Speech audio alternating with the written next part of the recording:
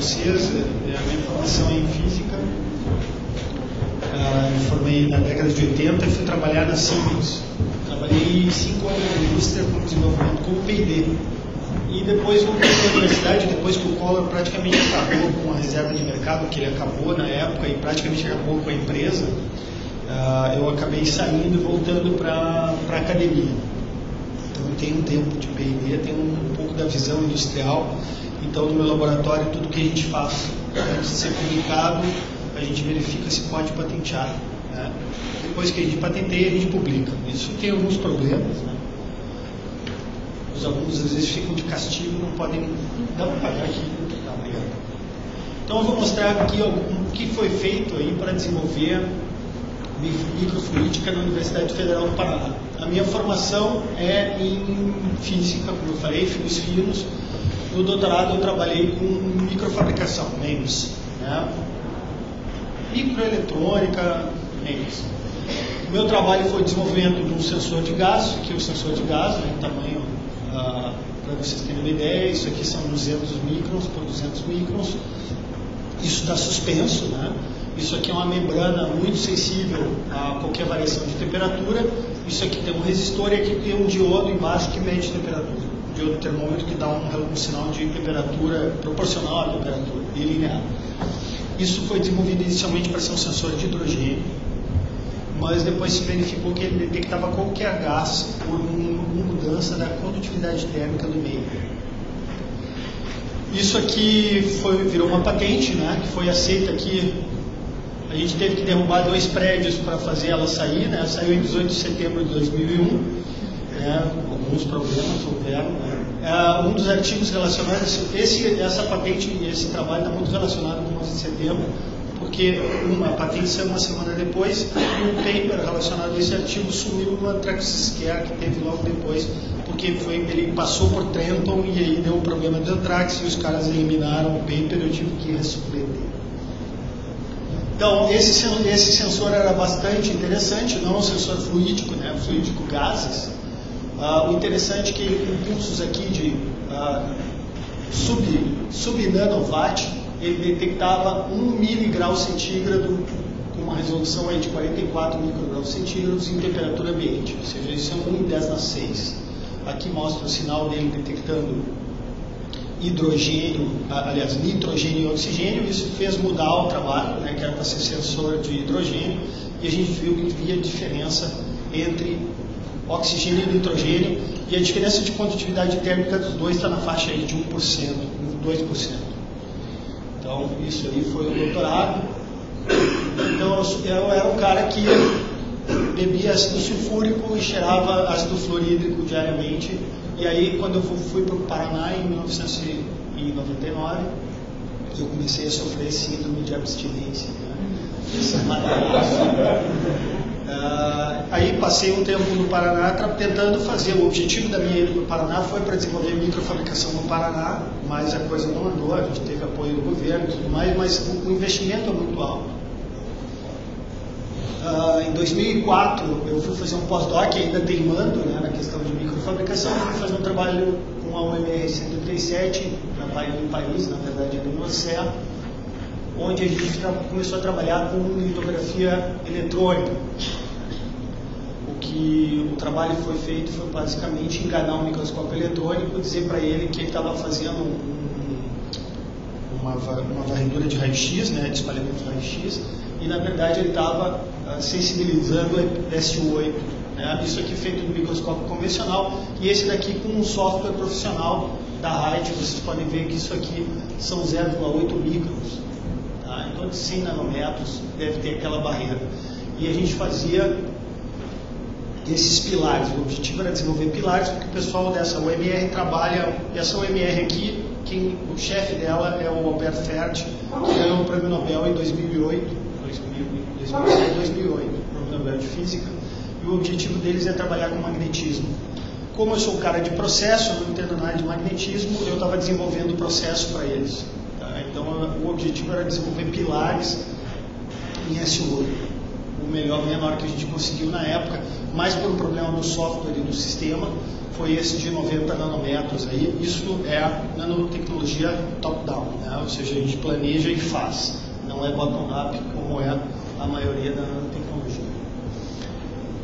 Então, voltando para o Brasil, né? Volta para a realidade brasileira, não existe infraestrutura, possibilidade de haver de colaboração aqui com a Unicamp, com a URGS. O problema é que na época também não tinha recurso para nada, não tinha bolsa, não tinha passagem, não tinha diária, então era muito difícil. Então eu tive que desenvolver alguma coisa para produzir amostras. Sempre que a gente tem uma necessidade, a gente vai procurar alguma coisa em alta tecnologia, né? Então a gente tem que olhar sempre para o futuro. Então vamos olhar para o futuro, 1882, né?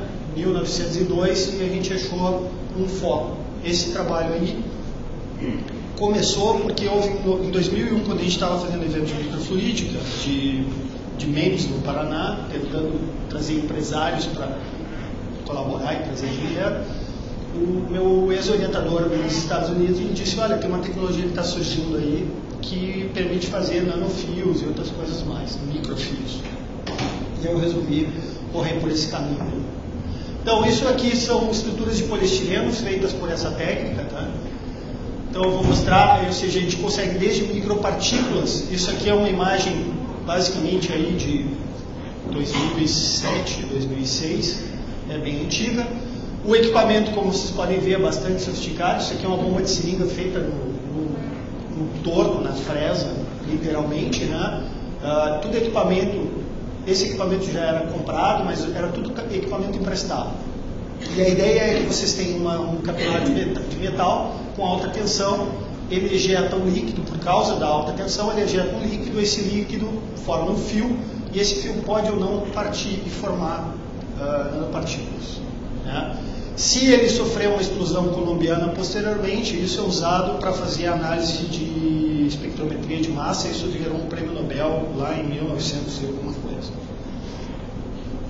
Então, aqui é o filmezinho, deixa eu mostrar para vocês como é que funciona. O eletrospray, né? Que o eletrospray é quando as partículas se rompem e formam partículas, não formam fios. Tá? Eu não vou mostrar eletrospinning, que forma o fio, porque não tem o foco do que eu quero mostrar depois. Então aqui eu estou aplicando o campo, né? Tá ali uma gota, isso é uma seringa de 0,7 de diâmetro. Aqui formou um fio e aqui vocês veem, isso aqui são os particulados. Aumentando o campo, o negócio aumenta, ele forma um spray realmente muito pequeno. Tá? E se aumentar o campo demais, ele começa a ter instabilidades e começa a aumentar muito a dispersão de tamanho de partículas. Isso não produz partículas monodispersas, é polidisperso, só que a dispersão nesse caso aqui aumenta muito. Deixa eu passar para frente, não vou perder tempo. Um dos materiais, o primeiro material que a gente está trabalhando ali foi o poliestireno, que é um material fácil de diluir, a gente dilui em cloroforme. E o segundo material que a gente trabalhou foi o Teflon. O interessante do Teflon é que ele tem várias propriedades. Biocompatível, não sei se é tanto, né? Mas ele é estável. O problema é que ele tem alto custo importado. Mas a ideia era fazer estruturas não contaminantes e tentar fazer uma coisa chamada EWOD, que é Electrowetting on Dielectrics. Então, se conseguiu, aqui está o filme como depositável aqui depois de tratado, então vocês veem que ele tem uma rugosidade razoável. Aqui ele não está curado, então ele ainda está hidrofílico, aqui ele está completamente hidrofóbico. E aqui está o tamanho de distribuição de partículas, né? Uma medida de distribuição de partículas. O bacana é que vocês colocam uma gotinha d'água em cima dele e essa gotinha parece que está voando, né? Ela não está tocando em nada. O ângulo de contato, né? O ângulo de contato aumenta aqui, dependendo do tempo de deposição, vai até 170 graus, aqui está no limite do equipamento que mede, tá? É muito maior que 150, é em torno de 170 graus. E o interessante é que a gente conseguiu fazer aí, publicar alguns artigos, né, que não se achou, isso a gente fez patente disso, mas foi patenteado, e depois publicou 2 artigos em cima desse, eu esqueci de botar as patentes. Na época, a ideia que surgiu é, tipo, vamos fazer um brinquedinho com isso aí para fazer um produto, né? Porque afinal de contas a gotinha vai ficar andando ali. E a gente fez isso em cima do vidro de relógio. O que a gente esperava? A gente esperasse que, como não tem atrito, como no princípio não tem atrito, coloca a gotinha, ela vai ficar eternamente ali. E é muito difícil de equilibrar a gotinha no vidro de relógio. Só que, para nossa surpresa, quando a gente foi mexer e fazer as medidas, a gente viu que a coisa não era dessa maneira. Vocês vão ver que a gotinha fica na borda, mas em vez dela ficar para sempre ali, ela cai muito rápido. Vocês veem que o decaimento é muito rápido da oscilação. E a gente, como físico, né, por que isso acontece? Se em princípio a gotinha está deslizando, o que está acontecendo? Então, a gente bolou, o problema todo é o seguinte, tudo isso é feito com câmera, 30 frames por segundo, é uma coisa difícil de fazer, né? E se vocês forem pensar, essa gotinha, se ela passar na frente da câmera, ela passa e você não vê nada, né?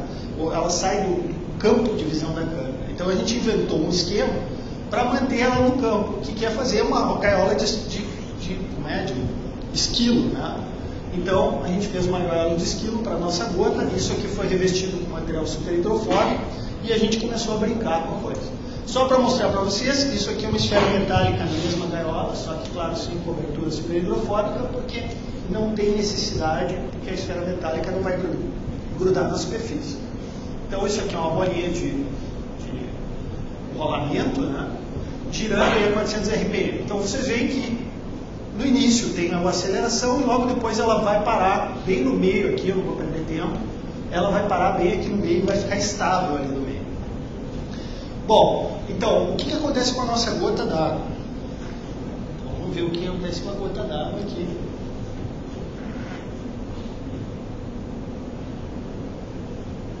Então, isso daqui, agora que tem...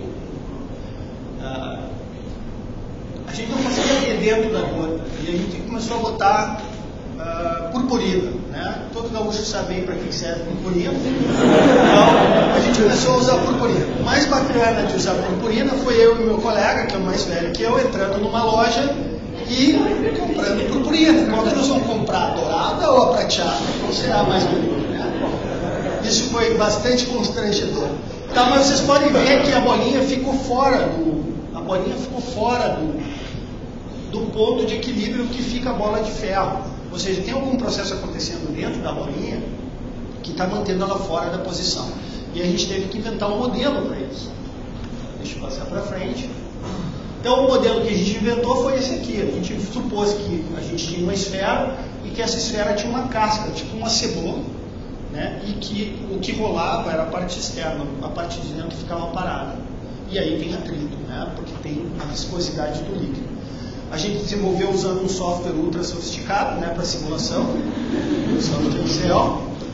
É impressionante como é útil. Eu faço todas as minhas simulações no Excel primeiro. Depois eu compro um software aí de $5.000 um minuto.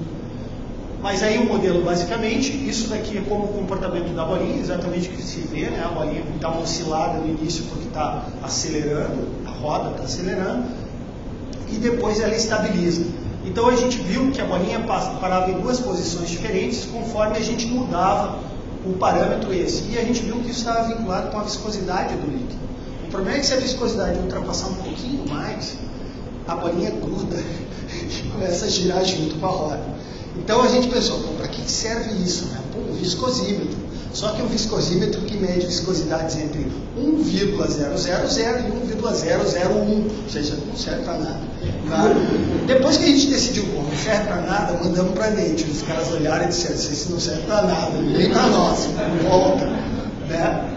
Então aqui só para mostrar que os resultados do Excel convergem, né? A posição da bolinha em função do tempo que a gente usa para fazer a simulação.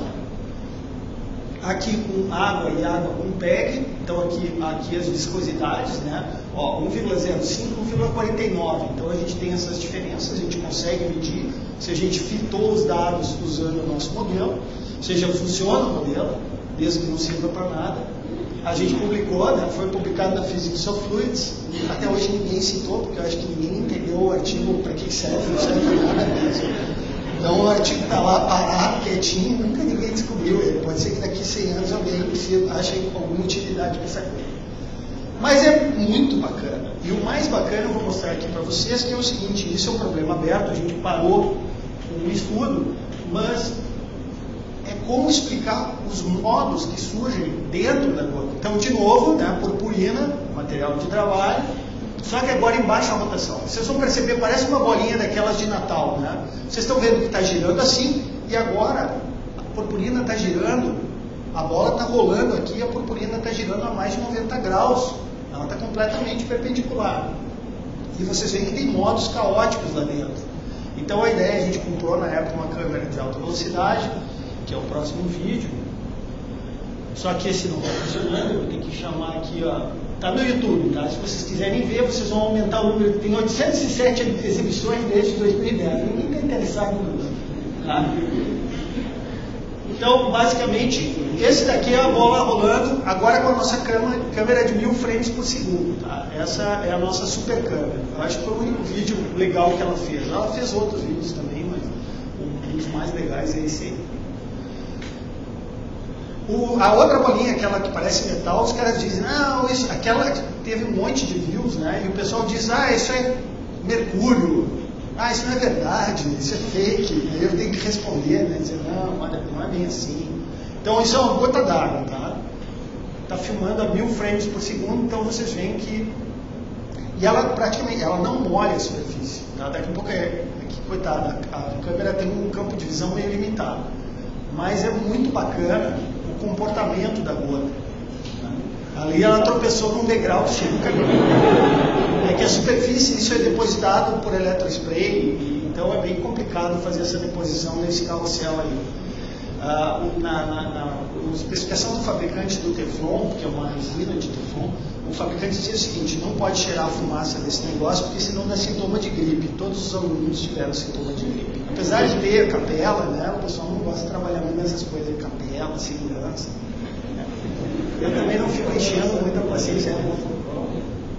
Tá? Então, isso é a gota dando. Isso é um torno, a gente teve que alugar um torno CNC ultra sofisticado, porque esses pulos que ela está dando acontecem porque o torno não é perfeito. Tá? Então, ela é muito sensível a qualquer coisa que tenha no meio do caminho. Tá? Então, tinha uma pedra no meio do caminho, lá vem ela. Então, vamos para frente. Esse aqui não pode. Deixa eu só parar aqui e voltar para a placa final. Então, isso porque travou. Bom, aí o material que a gente trabalhava antes, que ele não sabia exatamente, todo mundo faz com isopor, faz fio. Tá? Isso é non-woven, né? Aquele material non-woven. Todo mundo fazia fio. E esses fios tinham um problema. Na literatura todo mundo dizia, aparecem beads no fio, aparecem beads no fio. Eu tinha minha aluna de iniciação científica, como a iniciação científica não tem responsabilidade nenhuma em relação ao tempo, eu cheguei e disse para ela, bom, já que todo mundo reclama das bolinhas, e ninguém quer as bolinhas, nós vamos trabalhar com as bolinhas. Para que eu não sei, mas vamos trabalhar. Né? Tipo, vamos por onde ninguém quer ir. E aí o que aconteceu? Nós fomos apresentar para o pessoal da Fiocruz o Teflon. Tipo, eles vão se interessar, porque eles têm interesse em superfícies não contaminantes e tudo mais, eles vão se interessar. Nós fomos na Fiocruz apresentando tudo aquilo do Teflon. Aí eles olharam para nós e disseram assim, tá, tudo isso é muito bacana, mas a gente tem esse negócio, a gente compra esse negócio. O que a gente vai fazer com vocês, né? Como eles viram que era particular, eles você não tem umas beads de poliestireno, e eu, por acaso, tinha feito, sei lá, 2 semanas antes. É aquela questão dos encontros e desencontros. Né? Tá no lugar certo, na hora certa. Quando eu mostrei a foto para eles, que foi essa sequência de fotos aí, eles disseram imediatamente assim, a gente precisa muito disso. Quanto vocês querem para desenvolver esse negócio para a gente? 200 mil, 100 mil, nunca tinha visto todo esse dinheiro na minha vida, vamos lá. Né?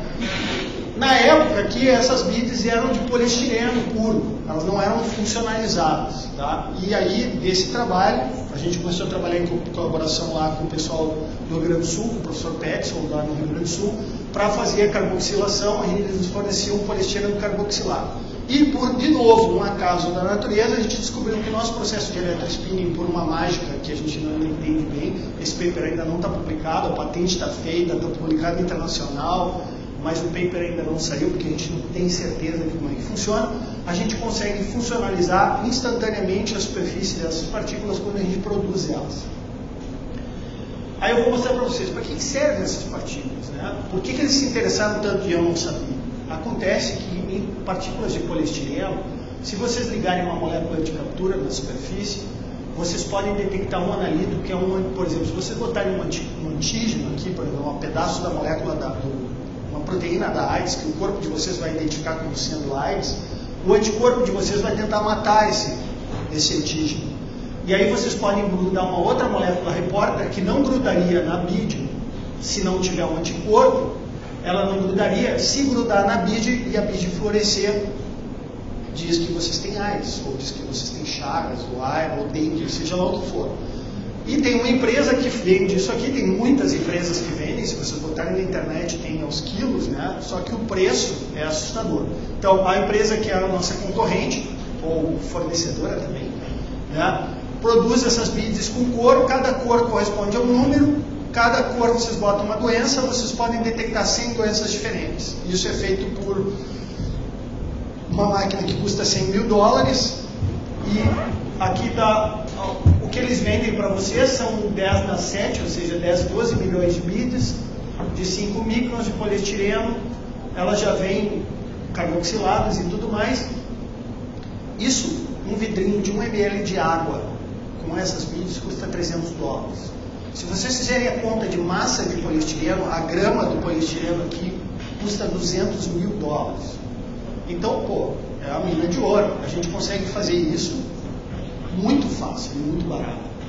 O quilograma, a tonelada do poliestireno custa R$3.000. A tonelada. Então, aqui é uma BID nossa, né? O apelido dessa foto é o chamado. Né? Isso é uma foto confocal, vocês veem que ela está funcionalizada só na superfície. E esse processo a gente patenteou. Depois, ainda não saiu a publicação, mas... Por exemplo, a gente consegue fazer as BIDs ficarem magnéticas também. Esse roda, essa coisa.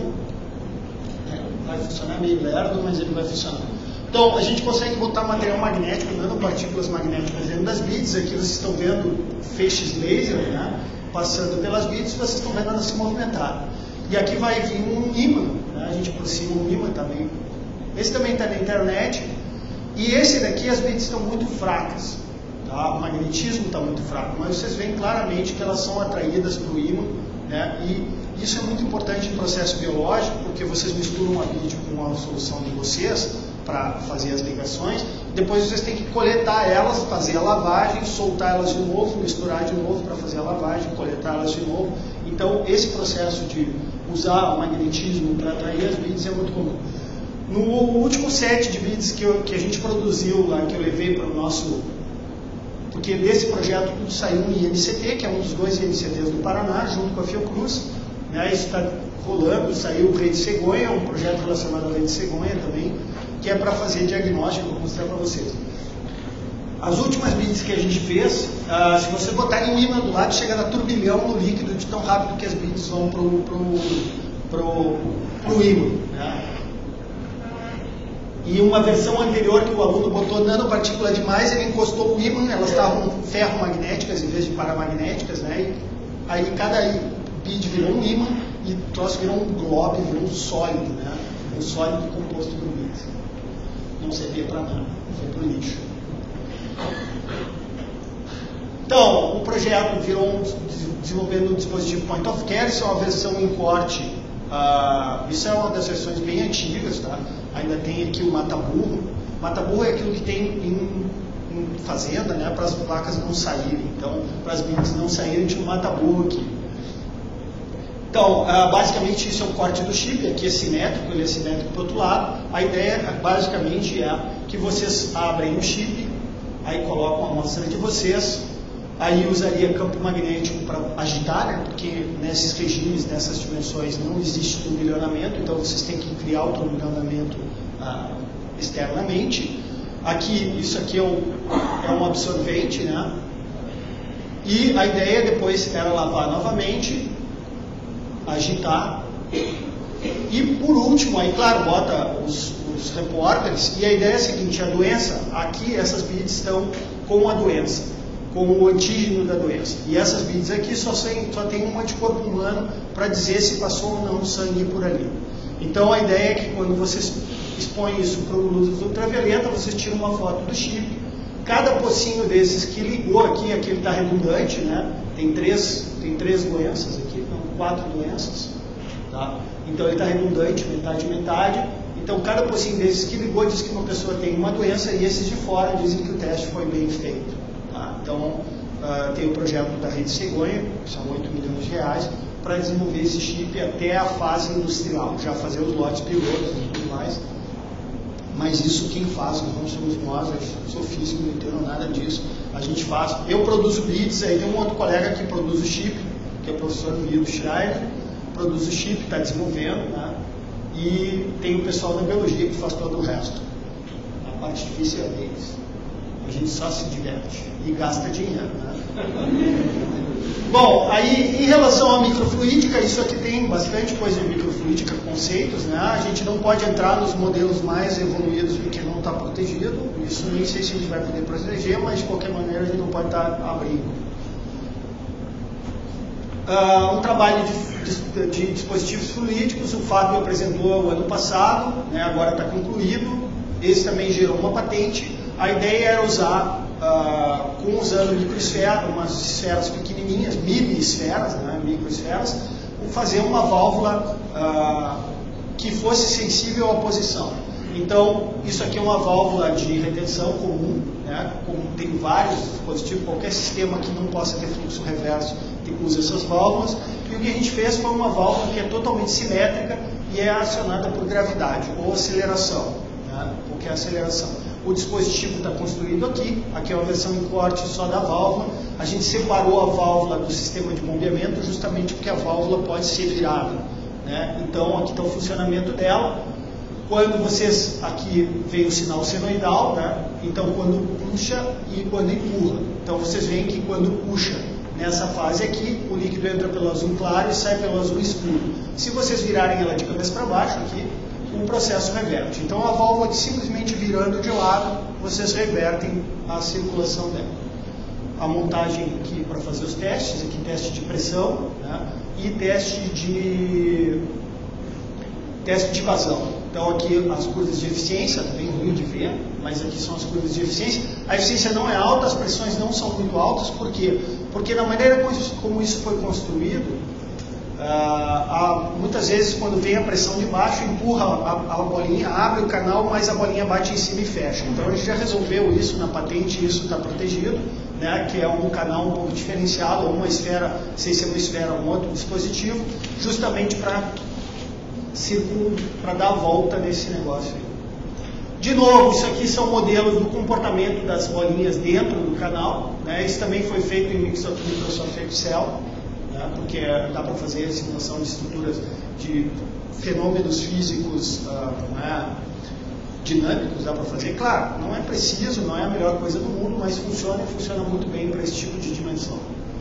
Dá para fazer coisa nanométrica, só que aí vocês vão começar a trabalhar com tempos da ordem de picosegundo, femtosegundo, aí o coitado do Excel cai de joelho. Então, mas dá para simular, né? E agora a gente está abrindo. O que aconteceu? Então, eu sou um cara de MEMS, sempre acostumado a fazer microfabricação. Fazer um laboratório de microfabricação é muito caro. Esses dispositivos aqui a gente construiu com equipamentos que foram comprados nesses projetos com a Fiocruz, então eu estou dando a volta para chegar lá de novo na microfluídica através desses recursos aí. E fazendo um trabalho junto com eles, né? Então, uma das linhas que a gente está desenvolvendo agora, baseado nisso aí, é fazer canais, dispositivos híbridos de polímero e papel para fazer diagnóstico, ou seja, eles têm toda a parte biológica, a gente tem a parte física, juntando os dois, a gente consegue tirar alguma coisa. Então, isso aqui aqui vocês veem as diversas camadas de polímero, tá? Isso é uma ginástica para fazer, mas os alunos conseguiram fazer aí um canal de 1 micron de espessura. Então, isso, com litografia, isso dá para fazer com as duas pernas atadas, os dois braços atados nas costas, né? Mas sem litografia não dá. A gente usa fresadora laser e a ideia desse projeto era comprar uma fresadora de alta precisão agora para poder fazer ablação a laser, porque a fresadora que a gente usa ela faz corte por derretimento. Tudo material de baixo custo, tudo equipamento de relativamente baixo custo. Só no nosso microscópio, esse microscópio foi comprado no projeto, é um feno, é um microscópio. Bom, ele está há 4 anos na mão dos alunos, né? Então ele sobrevive, vai muito bem. É a nossa cafeteira mais cara e funciona o tempo inteiro. Outra coisa que a gente quer fazer é microfluídica digital. Isso aqui é um vídeo de 2007, muito bacana, mas que ficou parado. Surgiu por causa das superfícies super hidrofóbicas. esse negócio ficou na gaveta. E a ideia é fazer manipulação de líquido para fazer estruturas digitais, né? Ou seja, microfluídica digital, mas a gente está começando a brincar com isso na época. Né? Tem 400 volts aí, tá? Entre as duas ponteirinhas. Se isso aqui encostar, vai dar legal. A corrente não é muito grande, mas vai dar um susto. Né? Então a gente está fazendo movimentação. O cara era eu também, né? Se morresse, não tinha problema nenhum.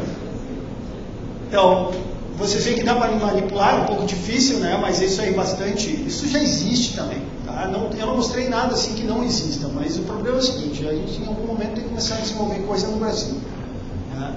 Então, isso é da época aqui, só para vocês terem uma ideia, isso aqui a gente mediu, fez um vídeo e analisou aquele vídeo que vocês viram, e aí dá para ver o comportamento, aqui vocês veem a velocidade, ele chega a quase 5 centímetros por segundo, e as acelerações aqui são de quase 1/10 de G.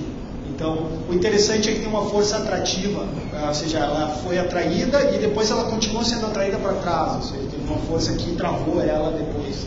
Isso é uma coisa que a gente tem que estudar. Mas isso é um fenômeno de electrowetting também, mais ou menos conhecido, e a gente quer entrar nessa brecha aí para trabalhar, fazer algumas coisas. Então, quem trabalha nos projetos que a gente está desenvolvendo, tem o André, trabalha com eletrospray de poliestireno, o Fábio, que agora vai começar a trabalhar com esses canais de papel e polímero, o Gabriel está trabalhando com ele, o Guilherme está desenvolvendo um sensor, que é um sensor calorimétrico para vazão, basicamente um mass flow controller, né, um mass flow meter, que também serve, que é uma patente que a gente depositou, que é usar um mass flow controller ao contrário, usar para detectar variações de capacidade térmica do líquido. O Leonardo está trabalhando com a sua vida, eles desenvolvem um chip de diagnóstico, o Rudolf está de castigo, não pode apresentar, está aí hoje, mas não pode apresentar porque a gente ainda não depositou a patente do trabalho dele. O trabalho dele é muito legal, quando ele puder apresentar, é muito divertido. Tá? Basicamente é um acelerômetro que indica aceleração na direção errada. Tá? Mas é muito legal. Então, o professor César Liberato, né, faz a síntese fez síntese de poliestireno para nós. A Leandra, também lá no Rio Grande do Sul, faz fluoróforos para o poliestireno. A gente pode botar fluoróforo dentro do nosso poliestireno para que ele tenha uma assinatura, que nem o pessoal da concorrência. O pessoal da Fiocruz, o Leonardo, trabalha conosco, faz testes biológicos. Ele é o gerente de um projeto grande, do nosso projeto de cegonha. O Marco Aurélio Krieger é responsável lá, é o diretor. E o Maurílio faz as microscopias. E em Santa Catarina a gente tem o Valderez, que faz nanopartículas metálicas quando a gente precisa. Ele é o desenvolvedor, ele é um físico meio químico, então ele está tem uma dicotomia, né? Ele sofre um problema, ele não sabe bem em que mundo ele fica. Né? Mas é isso aí.